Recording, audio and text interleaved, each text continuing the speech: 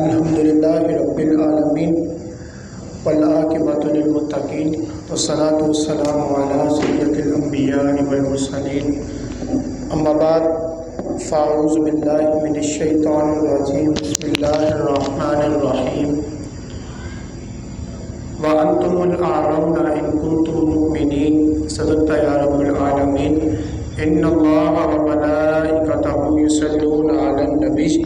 یا ایھا الذین آمنوا صلوا علیہ وسلموا تسلیما الصلاۃ والسلام علیک یا سیدی یا رسول اللہ وعلی آلک واصحابک یا سیدی یا حبیب اللہ الصلاۃ والسلام علیک یا سیدی یا رحمۃ للعالمین وعلی آلک واصحابک یا سیدی یا نور اللہ۔ قرآن مجید کی سورت آل عمران کی ایک آیت مبارکہ کا مختصر حصہ میں نے تلاوت کیا ہے۔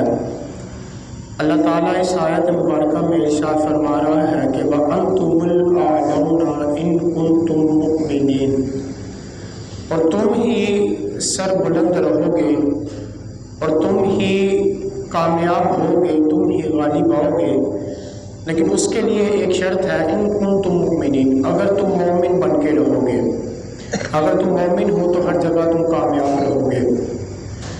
مکہ مکرمہ سے جب حضور صلی اللہ تعالیٰ علیہ وآلہ وسلم نے دعوت دین کا آغاز کیا تو اس وقت بہت تھوڑے لوگ تھے جنہوں نے اس دعوت کو قبول کیا، اسلام کی دعوت کو قبول کیا،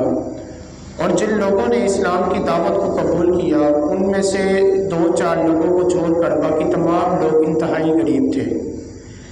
اور غلاموں کی بھی ایک بڑی تعداد موجود تھی، جن میں سے حضرت بلال حبشی رضی اللہ تعالیٰ عنہ ہے،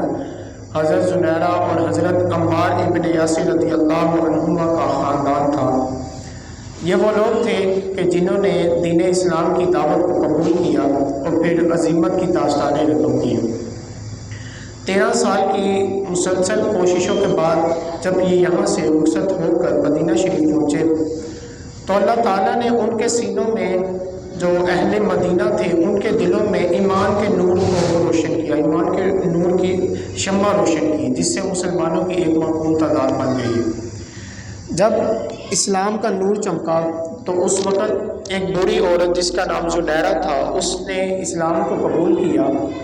وہ بنو مخزوم قبیلے کی لونڈی تھی، ایک عورت جو کافی بری تھی اور پھر وہ لونڈی تھی۔ کافر اس پر بہت ہی زیادہ ظلم کیا کرتے تھے، بہت ظلم و ستم اس پر ہوا کرتا تھا، لیکن وہ تھی کہ جتنا اس پر ظلم ہوتا تھا، جتنا زیادہ کافر اس کو مارا کرتے تھے، لیکن وہ حضور صلی اللہ تعالیٰ علیہ وآلہ وسلم کا ہی نام لیا کرتی تھی۔ ایک روز یوں ہی ہوا، اس کا جو ظالم آقا تھا اس پر بہت زیادہ ظلم کر رہا تھا، اس کو مار رہا تھا، اور زنیرہ حضور صلی اللہ تعالیٰ علیہ وآلہ وسلم کا نام ہی لی جا رہی تھی، تو اس کے آقا کو، وہ ظالم آقا کو بہت ہی زیادہ غصہ آیا کہ یہ حضور صلی اللہ تعالیٰ علیہ وآلہ وسلم کا نام لی جا رہی ہے، کیونکہ وہ کافر تھا، اس وجہ سے اس کو بہت غصہ آیا۔ اس نے کوڑے کی رسی لے کر زنیرہ کے گلے میں ڈالی، اس کو دبایا، اتنا دبایا کہ اس کی دبانے سے اس کی آنکھیں باہر کو آنے لگیں، جس کی وجہ سے اس کی آنکھوں کی روشنی چلے گئی، وہ بالکل نابینا ہو گئی۔ تو اب وہ جو کافر تھا، وہ جو ظالم آقا تھا، وہ کہنے لگا کہ لات اور عزا نے تمہاری آنکھیں چھین لی ہیں۔ اس وقت کافروں کے جو بڑے بت تھے ان میں سے 2 کا نام لات اور عزا تھا، وہ کہنے لگا کہ لات اور عزا نے تمہاری آنکھیں چھینی ہیں، اس وجہ سے تم نبینی ہو گئی ہو۔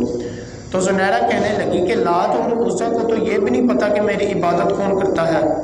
وہ تو بالکل بے جان ہے، ان کو پتہ ہی نہیں ہے میری عبادت کون کرتا ہے، مجھے کون کون پکارتا ہے، تو انہوں نے میری آنکھوں کی روشنی کس طرح چھین لی ہے۔ تو وہ کافر کہنے لگے کہ اچھا یہ بات ہے، اگر تم اپنے رب کو رب مانتی ہو، جس رب کو تم رب مانتی ہو، اس رب کو بلاؤ اور اسے کہو میری آنکھیں واپس کر دے، اس رب سے دعا کرو۔ جس نبی کو نبی مانتی ہو اس نبی کو بلاؤ، اس نبی کی بارگاہ میں عرض کرو کہ وہ میری تمہاری آنکھوں کو واپس کر دے۔ تو حضرت زنیرہ نے پھر ہاتھ اٹھائے اور عرض کرنے لگی کہ اے میرے مالک، میری دونوں آنکھیں کیا میرا سب کچھ بھی چلے جاتا، میری جان بھی چلے جاتی، سب کچھ بھی چلے جاتا تو میں کبھی تیری بارگاہ میں سوال نہ کرتی۔ میرے مالک، میں نے تیری بارگاہ میں سوال اس لیے کیا ہے کہ اب تیرے نبی کی عزت کا سوال ہے، تیرے نبی کی عزت پر بات کی جا رہی ہے، میرے والد مجھے میری آنکھوں کو واپس کر دے۔ تو جب حضرت زنیرہ نے یہ دعا مانگی تو اللہ تعالیٰ نے حضرت زنیرہ کو ان کی آنکھوں کی روشنی واپس کر دی۔ اس کے بعد پھر آپ لونڈی تھیں تو حضرت ابوبکر صدیق رضی اللہ تعالیٰ عنہ نے کسی موقع پر آپ کو خریدا اور آزاد کر دیا۔ حضرت عمر فاروق رضی اللہ تعالیٰ عنہ بھی اسلام قبول کرنے سے پہلے ان لوگوں میں شامل تھے جنہوں نے حضرت زنیرہ کو کوڑے مارے تھے، جو حضرت زنیرہ پر ظلم کیا کرتے تھے۔ لیکن اب یہ ہے کہ حضرت عمر فاروق رضی اللہ تعالیٰ عنہ نے اسلام کو قبول کر لیا ہے۔ اب آپ گلیوں میں پھرتے ہیں، بازاروں میں پھرتے ہیں اور نعرے لگاتے پھرتے ہیں گلیوں میں، بازاروں میں۔ ایک دن یوں ہی حضرت عمر فاروق رضی اللہ تعالیٰ عنہ پھر رہے تھے کہ حضرت عمر نے آگے سے دیکھا حضرت زنیرہ آ رہی ہیں، تو حضرت عمر زنیرہ کو دیکھ کر رونے لگ گئے، بہت ہی زیادہ زور و قطار رونے لگ گئے۔ تو حضرت زنیرہ نے پوچھا، کہنے لگے کہ عمر کیا بات ہے؟ ایک وہ وقت تھا کہ تم مجھے کوڑے مارا کرتے تھے، لیکن اب آج یہ وقت ہے تم گلیوں میں بازاروں میں پھرتے ہو اور نعرے لگاتے پھرتے ہو، یہ کیا وجہ ہے؟ تو حضرت عمر فاروق رضی اللہ تعالیٰ عنہ کہنے لگے کہ پہلے میں حضور صلی اللہ تعالیٰ علیہ وآلہ وسلم کی غلامی میں نہیں آیا تھا، پہلے میں نے حضور صلی اللہ تعالیٰ علیہ وآلہ وسلم کی زیارت نہیں کی تھی، آپ کو نہیں دیکھا تھا، لیکن اب میں نے کلمہ پڑھ لیا ہے، اسلام کو قبول کر لیا ہے اور میں حضور صلی اللہ تعالیٰ علیہ وآلہ وسلم کی غلامی میں آ گیا ہوں، اس لیے اب میں نعرے لگاتا پھرتا ہوں۔ اور ایک موقع پر حضرت عمر فاروق رضی اللہ تعالیٰ عنہ کہیں جا رہے تھے کہ رستے میں ایک زمین آئی جس کا نام تہامہ تھا، تہامہ کی وہ زمین تھی، اس علاقے کا نام تہامہ تھا۔ حضرت عمر فاروق رضی اللہ تعالیٰ عنہ اس جگہ پر جا کر بہت ہی زیادہ زور و قطار رونے لگ گئے۔ تو آپ کے ساتھ جو نوجوان موجود تھا وہ کہنے لگا کہ حضور کیا معاملہ ہے، آپ اتنے جری اتنے طاقتور نوجوان ہیں، آپ کیوں اس طرح زور و قطار رو رہے ہیں؟ تو حضرت عمر فاروق رضی اللہ تعالیٰ عنہ کہنے لگے کہ ایک وقت تھا میرے باپ خطاب نے مجھے 5 اونٹ دیے تھے کہ ان 5 اونٹوں کو ایک لائن میں کھڑا کرو، ایک قطار میں کھڑا کرو۔ آپ فرماتے ہیں میرے سے 5 اونٹ ایک لائن میں کھڑا نہیں کیے جاتے تھے، میں ایک کو ٹھیک کرنے کی کوشش کرتا تھا، دوسرا آگے ہو جاتا تھا یا پیچھے ہو جاتا تھا، دوسرے کو ٹھیک کرتا تھا، تیسرا آگے یا پیچھے ہو جاتا تھا۔ آپ فرماتے ہیں میرے سے 5 اونٹ بھی لائن میں کھڑے نہیں ہوتے تھے،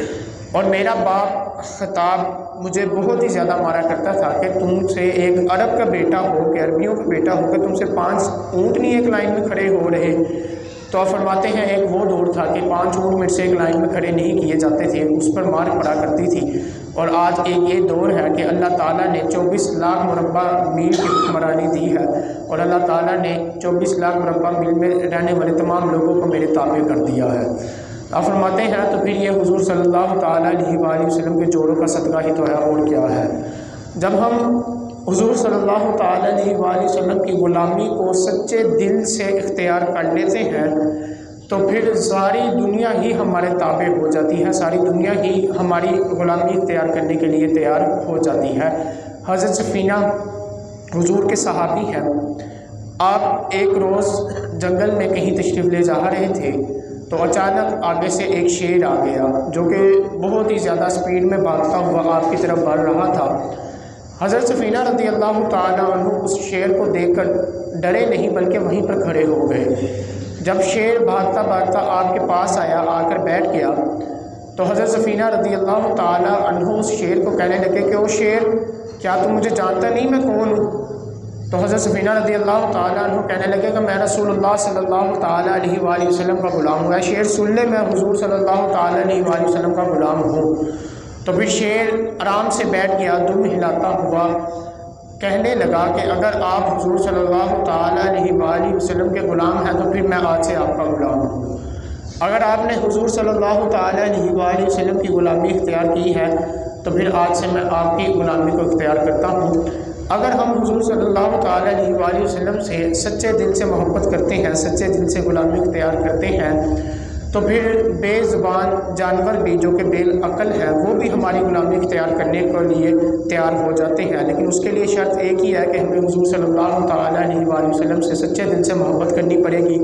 ان کی سچے دل سے غلامی کو اختیار کرنا پڑے گا، سچے دل سے ان سے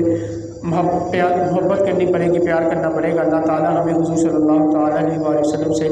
محبت کرنے کی توفیق عطا فرمائے اور سچے دل سے غلامی کرنے کی بھی توفیق عطا فرمائے۔ وعلینا الا البلاغ المبین۔